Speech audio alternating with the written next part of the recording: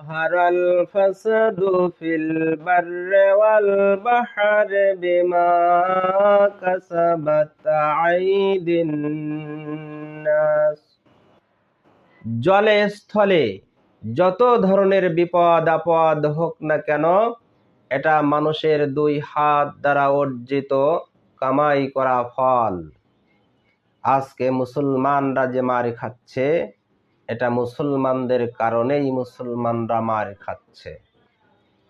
বিশ্বের পরাশক্তি আমেরিকা ইসরায়েলের সাথে ইরান যেভাবে লড়ে যাচ্ছে, বিশ্বের বড় বড় শক্তিধর দেশ এখন ইরানকে ভয় পাচ্ছে, ইরানকে মূল্যায়ন করছে, ইরান থেকে শিক্ষা নিচ্ছে।